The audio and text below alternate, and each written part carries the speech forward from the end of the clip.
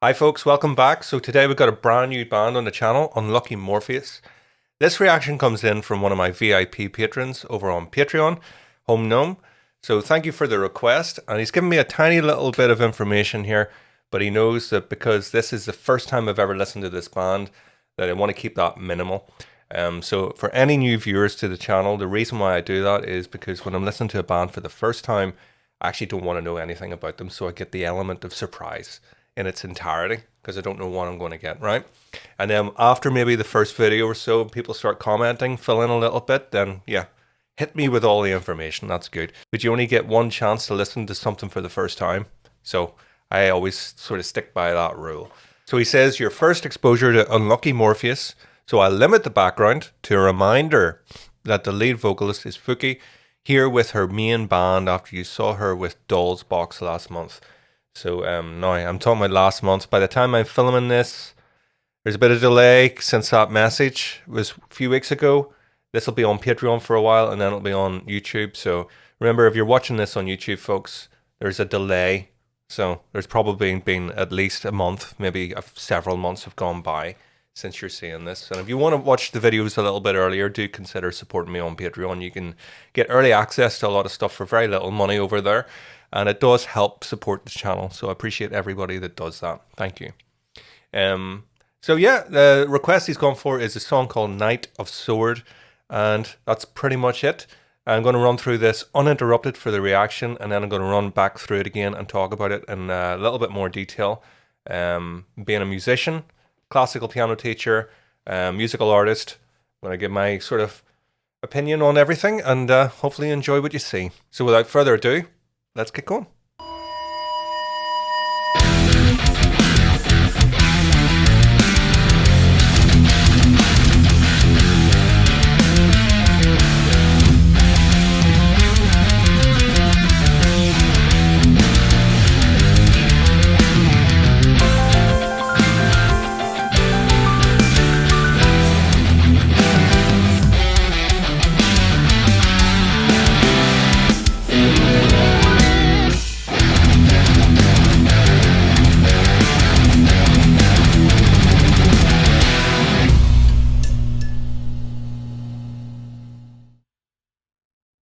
Go.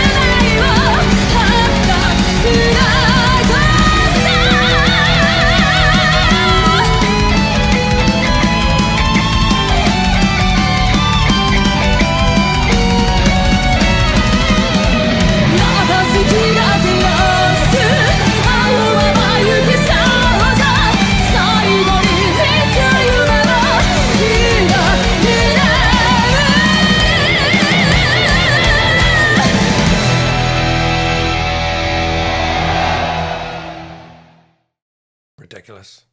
Ridiculous. That means amazing, by the way, in case you don't know. Wow. Where to start with this? I mean, absolutely insane. I just had to check the title again to see because, it does say official live video. Because of the professional video angles and stuff like that, everything being shot, I was like, is this from like a live DVD or something or what? Because, and it's not a festival footage or whatever like that. And I was like, this is so amazing sounding. Are they miming this to the album? I don't think they are. I think it is live.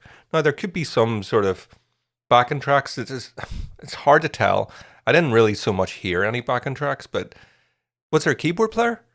I mean, I can definitely hear that there's sort of strings. I mean, there's a violin there, but there's stuff there that in the background, pads and things like that. I was like, I don't know if I can see that, but it could be a keyboard player that's maybe somewhere on the stage that I just didn't notice. A lot to take in there on a first go, to be fair. Like, come on. I mean, you guys that are watching this video have probably watched this a lot before you've watched me talking about it. So remember, that's my first time watching it, so a lot to take in. Before I go any further, I have to give a shout out to the Strandberg. It's actually in its bed right now. But yeah, I have a Strandberg too. So it's nice to see. It's nice to see somebody playing the Strandberg, Plus, this video, it's not a recent video, sure it's not. Let me see, what was the date on it? 4 years. Oh, it's recent enough, 4 years ago. I was going to say, because you don't tend to see an awful lot of Strandbergs out in the wild. A lot of it in this sort of prog metal community, which, I wouldn't call this prog metal. Although it definitely has elements of metal and it has progressive elements as well. I don't know if it would sit firmly in like a prog metal kind of genre, but that doesn't really matter, does it? Who cares, really? Anyway, yeah, lovely Strandberg. And the inlays that he has on the neck are not something I've seen before, so he's customized that somewhere along the way. Although Strandberg do have Japanese models that, that's a European model. They're made in Sweden, those guitars. And I know there is a Japanese market. Actually, when I was in Japan last year, I visited a few music stores and seen some of the Japanese models there, and they're not models that I've ever seen for sale in Europe. So I'm not sure how he got those inlays, but it could be something to do with that. Anyway, that's the Strandberg. Vocals impeccable as always. Fuki, put her in any sort of genre, and I've heard her in Gacharic Spin and Doll's Box now and Unlucky Morpheus, and she just goes wherever. Doesn't matter where you put her, she's incredible. Great performer as well. The guys in the band are holding down like incredibly technical parts there. And not to take anything from them, but to then put showmanship on top of that, you know, they have that, but not at the same level as the singer, of course. So having somebody at the front of the band with the outfit and, you know, the entertainment value there, it's really good because it gives a real dynamic to the band from a live aesthetic point of view. You know, if you think of bands like Dream Theater, and, you know, any other sort of technical bands, you know, they're sort of synonymous with performers being, you know, because their parts are so difficult to play. You can't really do the whole rock guitar thing, throwing your guitar around, you know, unless you're doing sort of power chords and things.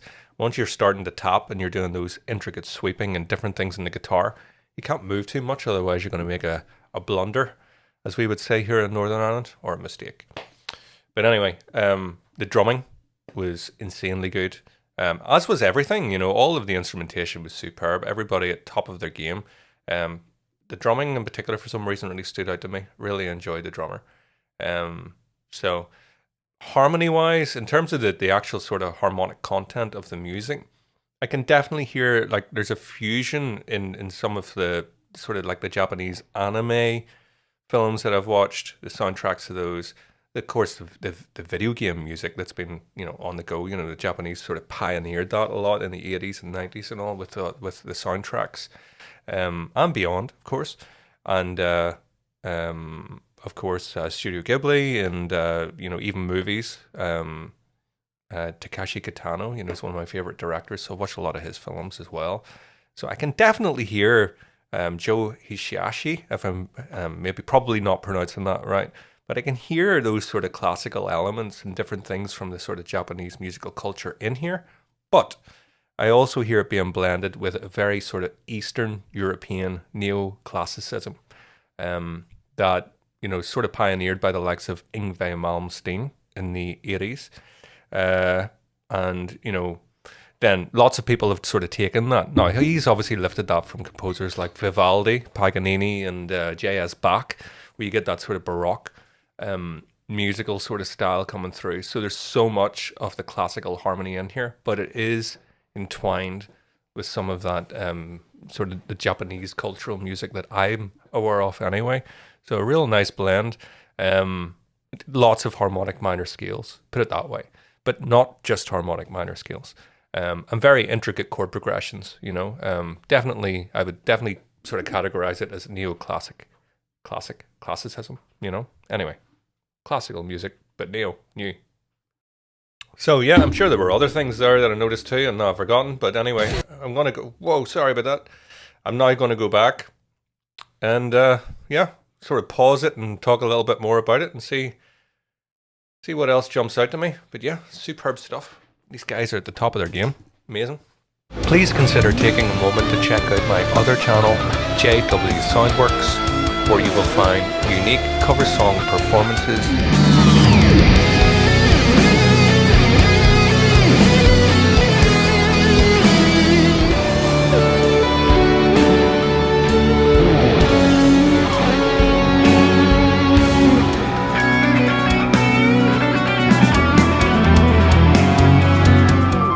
newly composed piano arrangements,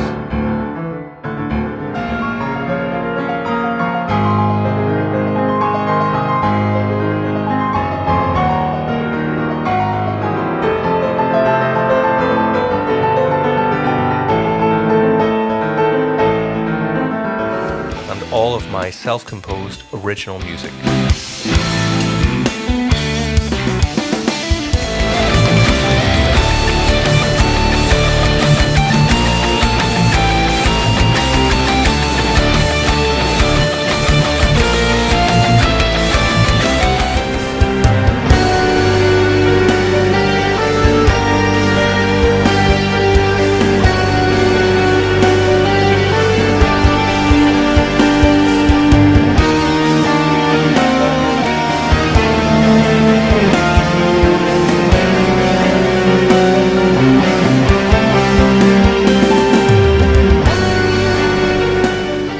Go.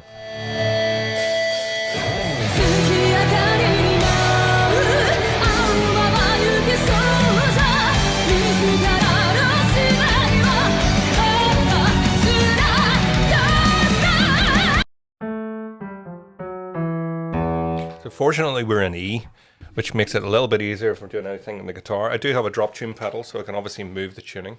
But if we're in E, then we're in standard tuning. And my default setting is off distortion, which is handy because I didn't know until I pressed play.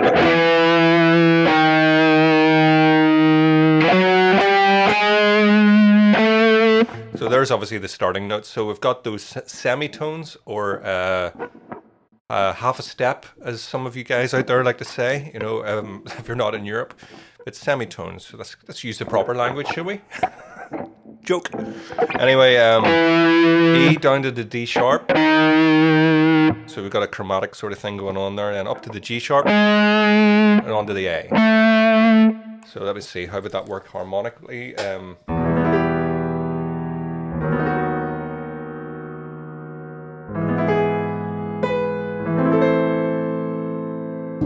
So classical sounding, you know. I love those chords. Let's see what the rest of the progression is actually.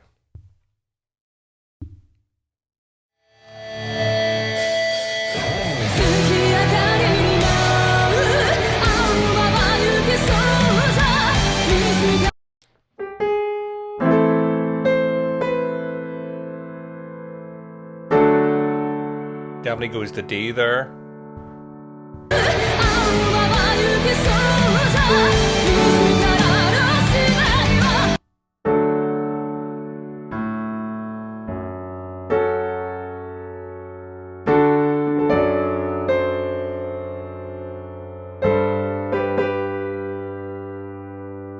I think that's what we got. So sorry, let's see.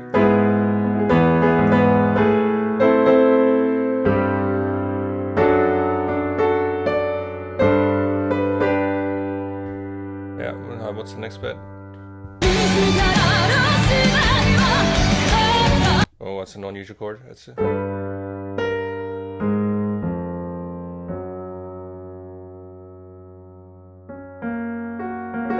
go down to F sharp major.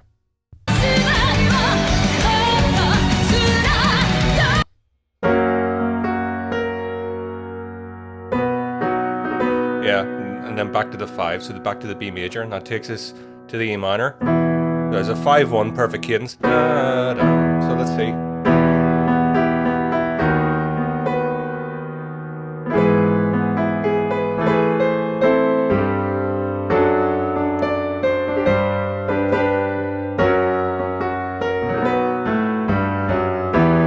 That's pretty close, isn't it? That's a nice harmony. Vibrato.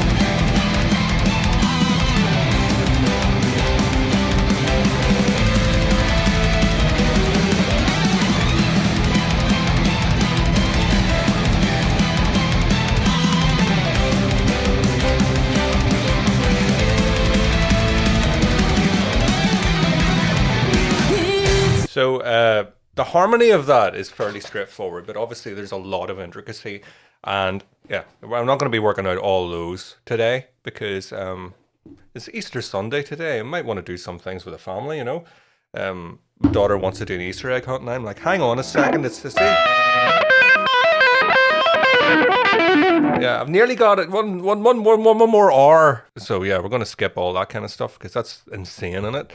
But we will talk about the harmony, outlining it, of course, which I think I've got already. So E minor. Down to C. Oh my goodness. Sorry about that, a bit enthusiastic. Need more coffee. Down to A minor. And then it's like a B7.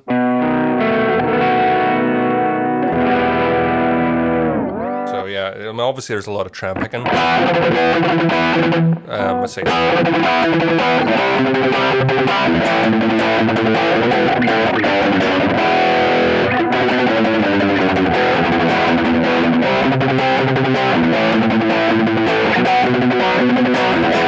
That's the outline roughly of what we're going on, but obviously we've got a lot of runs. I'm not going to work out the runs exactly, like, but that would be a bit time consuming. But I can definitely hear lots of, like, I mean, if we're in E minor, we're going to be getting a lot of that E harmonic minors being peppered throughout. So those runs that you're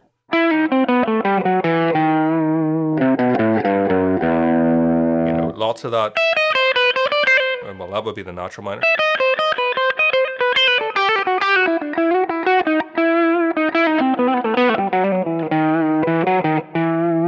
Those notes sort of being used and sort of very fast. You know.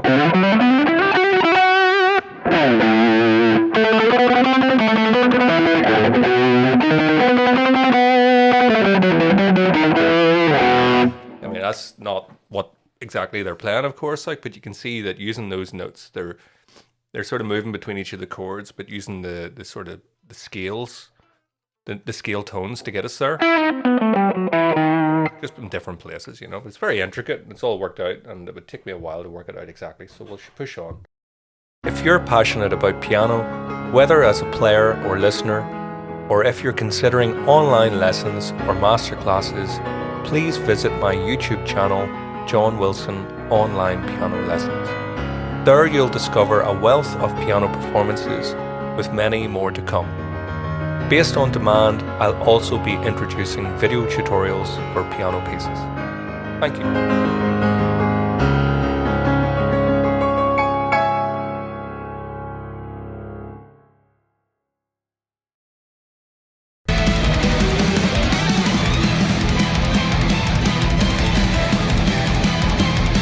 Kind of see.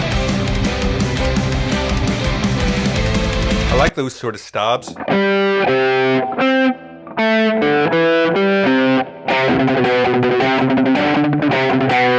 know, so it's not just all in the pedal note. You get this. And you can hear the sort of accents and things with the drums there, you know, that's just sort of groovy, very rhythmic.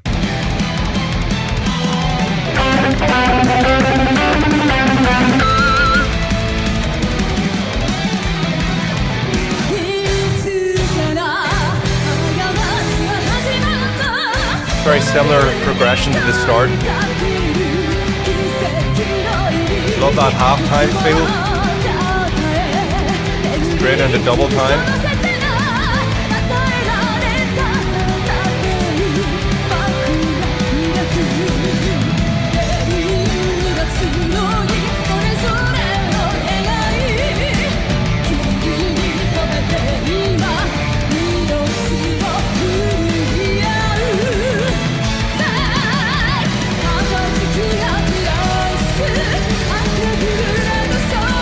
Start again.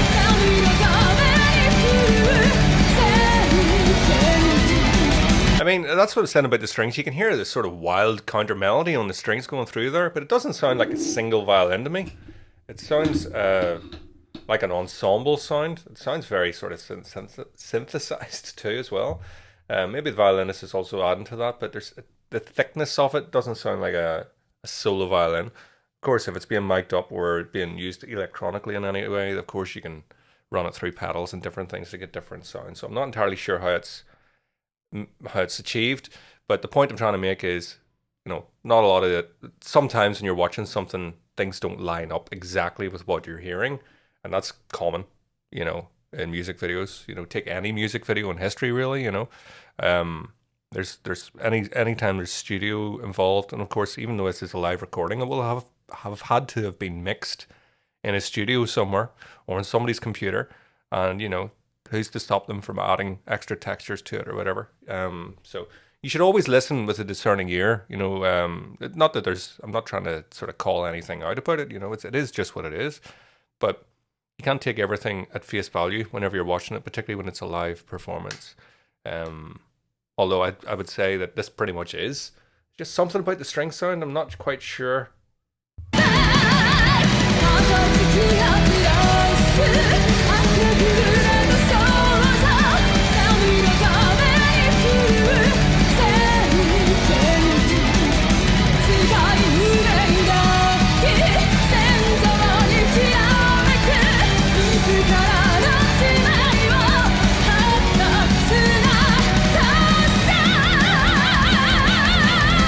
There's those accents again. So,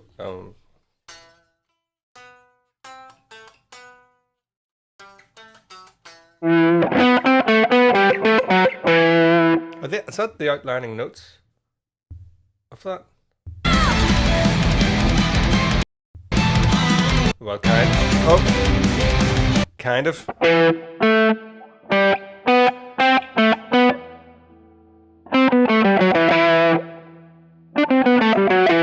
Something like that, but it reminded me for a second of the Asturias.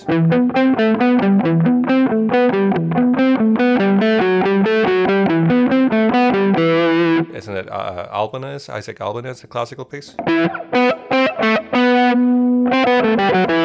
You know, well, I'm not saying that it sounds exactly like that piece, but that in itself is sort of evidence of what I was saying before about the neoclassicism.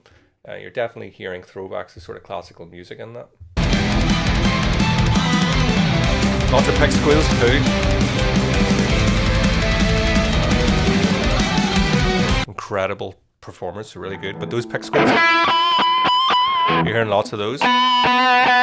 I'm sure some of you guys that are watching this know all about that, but in case there's anybody out there that doesn't really know what that means, pick squeal, there's your guitar pick. So the technique really used to get a pick squeal is whenever you sort of pinch. Sometimes it's called a pinch harmonic as well, or a pick squeal is more like a slang, I guess. But you take the tip of the plectrum and you sort of squeeze between the flesh of either your thumb. Some people do it with their index finger or whatever finger. I use it with my thumb, which I think is the main way of people playing it. So between the thumb and the tip of the plectrum, and you sort of squeeze. It's a combination of those two sort of tips, if you like, in contact with the string that you get between a normal sounding note and that. So it's actually sort of both parts. That's how you get those sort of pick squeals. Which, well, obviously when you have a lot of distortion on your guitar, it sounds really cool, doesn't it? Instead of, you know, it's like anything, you know, once you've shown it, once you've seen the secret, it's like, oh, what's that? I remember, it makes me think of like when I was a kid and like sort of practicing guitar and stuff, and you would hear these, you'd watch the same thing, you'd watch a video and you'd see somebody's hands there, but you'd hear a note that sounds like it's up here somewhere. Be like, how are they getting that? There. Here. You know? And obviously depending on where you are on the guitar, you can get different harmonics to come out. So, yeah, pinched harmonics, pick squeals, artificial harmonics. There's all sorts of things. Harmonics are, you know, again, I'm on a bit of a tangent here, but just in case any of you are interested here, I'll move on to the next point in a minute. But, you know, if you're playing, say, fretting an E on the fifth fret of the B, there's your note. But if you fret it right over the fret wire, you get a harmonic, so a much higher note. And there are harmonics all over the guitar, you know. That aren't... You get harmonics everywhere.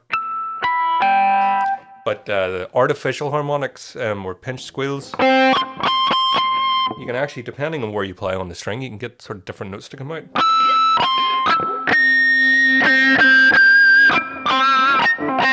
Every guitar feels a little different depending on the sort of scale length and different things you can get, you know, so not every guitar feels the same with those, but...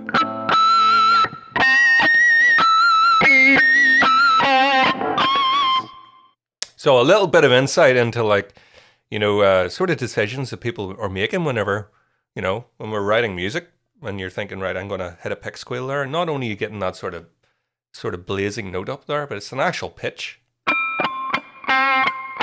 Now that one is the same note, higher. Actually, there's another harmonic coming out, and it's a third above it. So it's that note. So I'm actually getting that note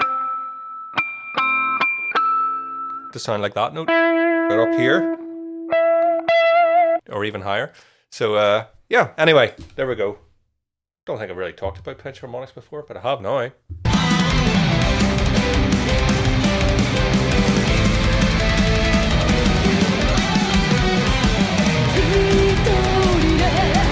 Double kick. Strings.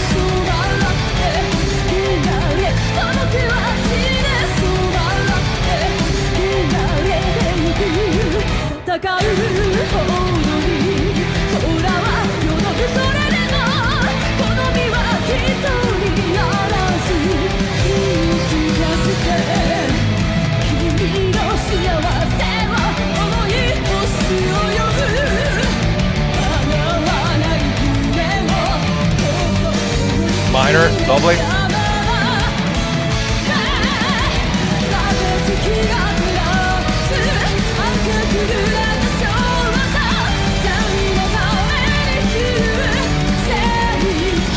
Love that.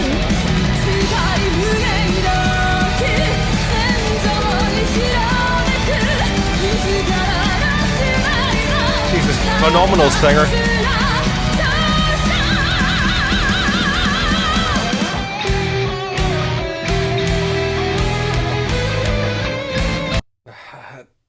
I can't think of it off the top of my head, but that is reminding me of something classical. Tchaikovsky or something.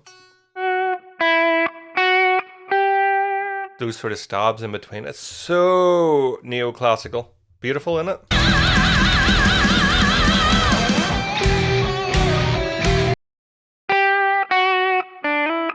So he's still in the harmonic.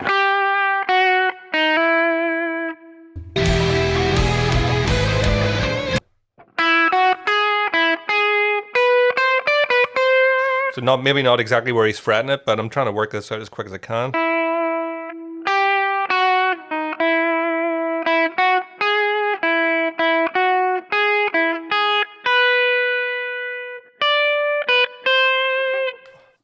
I think that was it.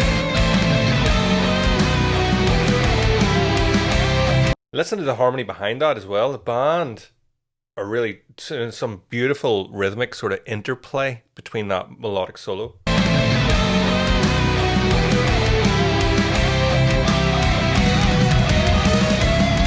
Key change. Hear the strings.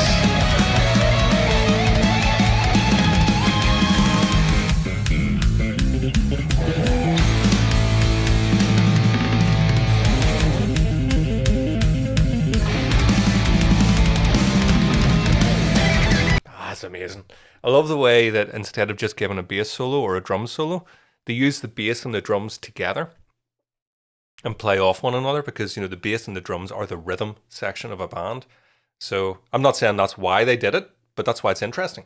That's probably why they did it though. So yeah, having the interplay between the bass and the drums as a unit, and the dialogue, almost like a dialogue. That's maybe what I would say. Question and answer type thing. I like the bassist's style. That's not easy to say unless you've had 10 cups of coffee. Bassist's style. He's very light. Some players you can see are really hammering in with the slapping and popping and stuff like that, and even with the tapping. It's not easy on a bass. I'm looking over there because there's a bass over there, and I record bass for my own music, but I wouldn't call myself a bassist. Yeah, so I'm not proficient in all the sort of slapping and popping. I can do enough to get by in the songs that I write, but I'm not going to pick it up and work that out for you. Plus, it takes time to take this lead out and put the lead in there, Anyway, the tapping and stuff like that, you can see he's so very, very delicate on the strings. He's not really, which indicates to me that he's probably at a very loud volume on stage. Like in my experience, something I've noticed whenever I do session work in studios is some studios like to keep their volume down a little bit in the control room. So you're tracking your guitars or whatever, and the volume's quite low. And I find that whenever the volume's quite low on electric guitar, that I start to automatically lean in and play more aggressively. It took me a minute to work out. That's why I'm doing it. It's because I can't hear so well. I don't feel the loudness around me, so I'm actually playing more aggressively. Get that volume turned up, and you just delicately play the instrument because the volume's there. I can hear myself coming through very loudly here in my headphones, so I don't feel the need to, I can...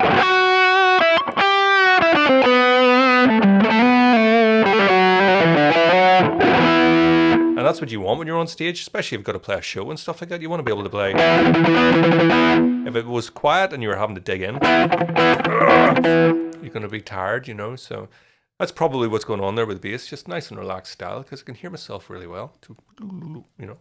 Anyway, and the drumming's just, come on. The drumming is, and look, most replayed. Of course it is.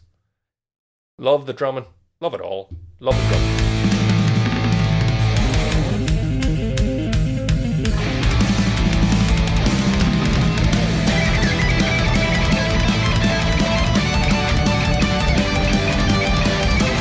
those licks he's playing? It's not exactly right, but it's something of that in.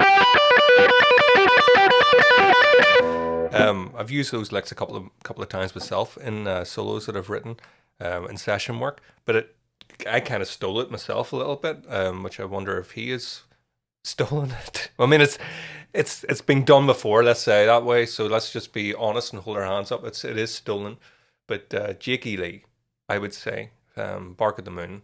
I can't remember the exact notes of the solo, but that's. Is that there? It's been a while since I played it, so I can't remember. I need to remind myself of it. But that, or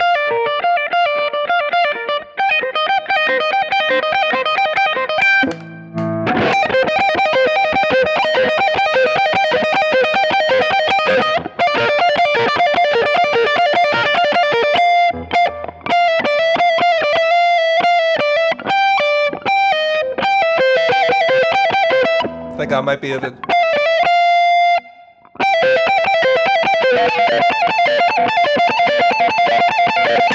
Those licks are somewhere. Listen to the 80s album Bark at the Moon by Ozzy Osbourne, Jakey Lee, the soloist. Definitely, and again, Jakey Lee, big into neoclassicism, which you hear a lot in the early Ozzy Osbourne albums, sort of mainly pioneered by Randy Rhoads, who unfortunately had died by the time that Bark at the Moon was out. So that's why Jakey Lee was playing a guitar. But yeah, very much inspired by Randy's classical influences. He was a classical guitarist in a rock band, so he was putting the classical stuff in the 80s. And so Randy Rhoads is definitely a direct, so he's part of the lineage of this sort of neoclassicism in heavy rock, heavy metal kind of music. So you can't help but mention bands like that, because although I love this and everything about it, but these guys haven't stumbled upon this genre themselves. You know, yes, they've mixed it with different things from their own culture musically, which makes it have an identity of its own. But you can't deny that they will have listened to things like that, because it will have helped. It will have helped shape them as musical players and artists, the same way as it's done it for me and many people I know who are musicians. You listen to the music that you like, then if you're a musician, that stuff starts to seep into your own style, and that's basically how music works. Take any composer, you know, they're all influenced. We don't create music in a vacuum. We listen to other musical artists and we take on things that we enjoy and we twist them and turn them into our own things. That's the beauty about music. It's no good when it's just a direct copy, in my opinion. I need to have something. Each band needs to have something else. It's okay if we can go, that sounds a bit like this. Oh, I can hear a bit of this in it. But I don't quite know what that is, and I like that. For me, that's what makes music really interesting. If I hear like a band that sounds just like another band, and I'm already kind of in love with that band, why bother? At least that's just for me. Yes, there may be other things that you can get from it, you know, from an aesthetic point of view or personalities and so on, but musically, it's all about the music. So musically speaking, I feel like there needs to be identity. It's okay if we've got other things around us that people, it's kind of impossible. You play any song to somebody, you go, the first thing you start to do is go, well, that sounds a little bit like we do it. So yeah, anyway, paying respect also to the people that came before us and sort of helped blaze the trail.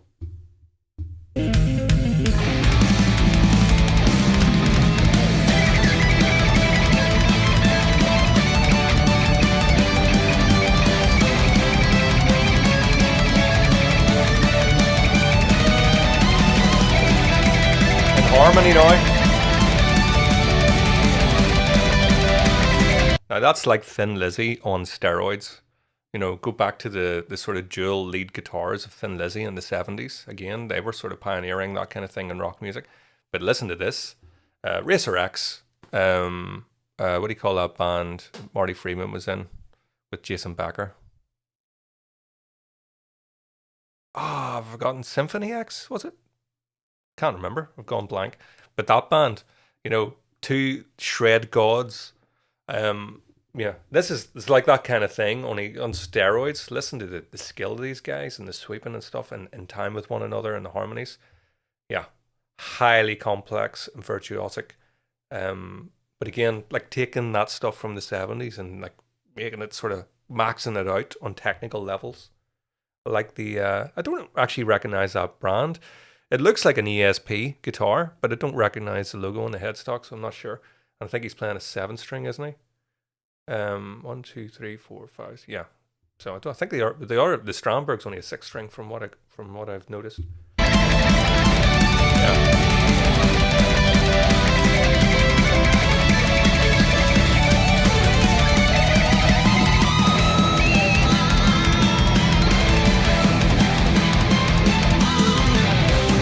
Pick squeals.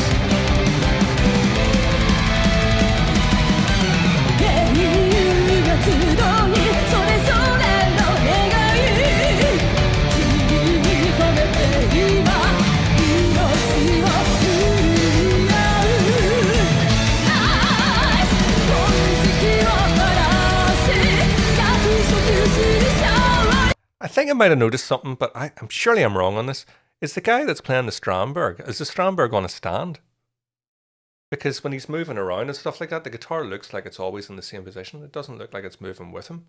Has he got the guitar on a stand? I have seen that once before with actually Yngwie Malmsteen, who I've already mentioned in this video. I seen it with him whenever he played an acoustic solo in like one of those G3 DVDs when he did the Joe Satriani Steve Vai tour. He has a classical guitar on a stand because he still has his electric. I think he throws it over his shoulder at one point, just goes up and plays it. Is that Stromberg on a stand?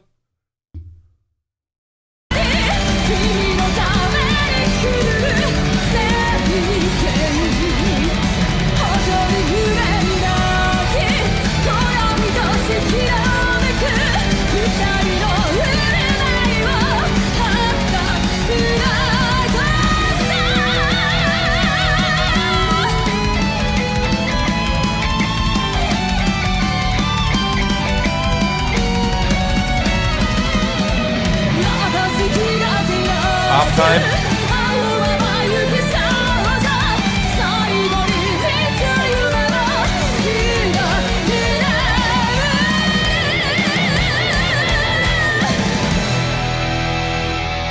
Nice bookend at the end, bum bum bum bum bum, which is one of the motifs that was earlier on. So I love that where you take a motif and use it at the end.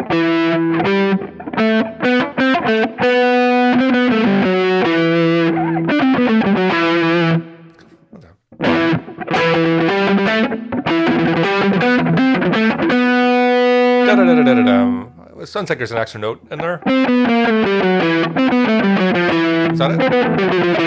Sounds like they're starting there and going down to there. Or are they going up? But anyway, got the point. Superb request. Amazing technicality. Made me think of lots of sort of bands that I haven't listened to in a while, and part of bands that, you know, have really shaped me as a musician. And so, yeah, it's right up my street. Loved it. Incredible vocal performance too. So thanks for the request. If you enjoyed this, folks, please do consider supporting me on Patreon or checking out some of my own music and things like that. You might like it too. Who knows? Give it a try. I've done a lot of reactions and analysis and covers, and I'm a classical piano teacher, as I think I mentioned before, so I'm big into classical music as well, and lots of other different styles. So have a look around the channel. You might find some other things that you're into. Thanks for watching, folks. See you next time. If you do enjoy what I'm doing and you want to help support me, Bandcamp's your best bet. Go to Bandcamp because you can buy it up for the same price of the coffee, and you're getting all my music. You know, so thank you very much to everybody that is helping support the channel that way. It means a lot.